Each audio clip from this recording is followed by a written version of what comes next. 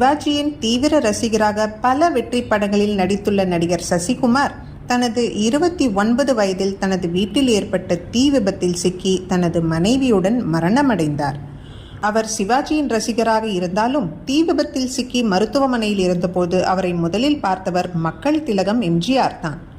1944ஆம் ஆண்டு கும்பகோணத்தில் பிறந்த சசிகுமார் 1969ஆம் ஆண்டு சிவாஜி நடிப்பில் வெளியான திருடன் என்ற படத்தில் டான்சராக திரையுலகில் அறிமுகமானார்.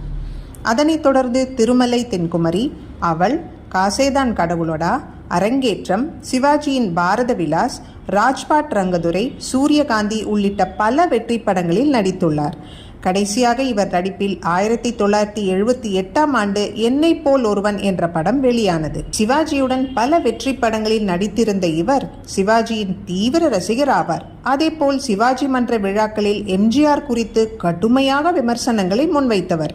ஆனாலும் 1974ஆம் ஆண்டு தனது வீட்டில் ஏற்பட்ட தீ விபத்தில் சிக்கிய சசிகுமார் சென்னை ராயப்பேட்டா மருத்துவமனையில் அனுமதிக்கப்பட்டு இருந்தபோது அவரை பார்ப்பதற்கு ஓடி வந்த முதல் கலைஞர் புரட்சி தலைவர் எம்ஜிஆர் தான். சிவாஜியின் மன்ற கூட்டங்கள் பலவற்றில் எம்ஜிஆரை கடுமையாக தாக்கி பேசியவர் தான் சசிகுமார். சசிகுமார் இந்த மருத்துவமனையில் அனுமதிக்கப்பட்டு இருந்தபோது அவருடைய உடல் முழுவதும் தீக்காயம் அவரை தீண்டி இருந்தாலும் எம்ஜிஆர் சசிகுமாரை பார்க்க அருகே வந்தவுடன், உங்கள் மனம் புண்படும்படி பல கூட்டங்களில் உங்களை நான் விமர்சித்திருக்கிறேன், அப்படி இருந்தும் நீங்கள் என்னை பார்க்க வந்திருக்கிறீர்களே என்று கண்ணீர் விட்டார் சசிகுமார்.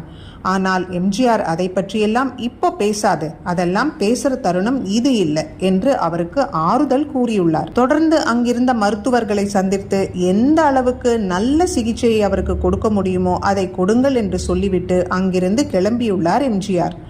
எப்படிப்பட்ட உயர்ந்த பண்பாளராக அந்த காலகட்டத்தில் எம்ஜிஆர் இருந்திருக்கிறார் என்பதற்கு உதாரணம் தான் இந்த சம்பவம்.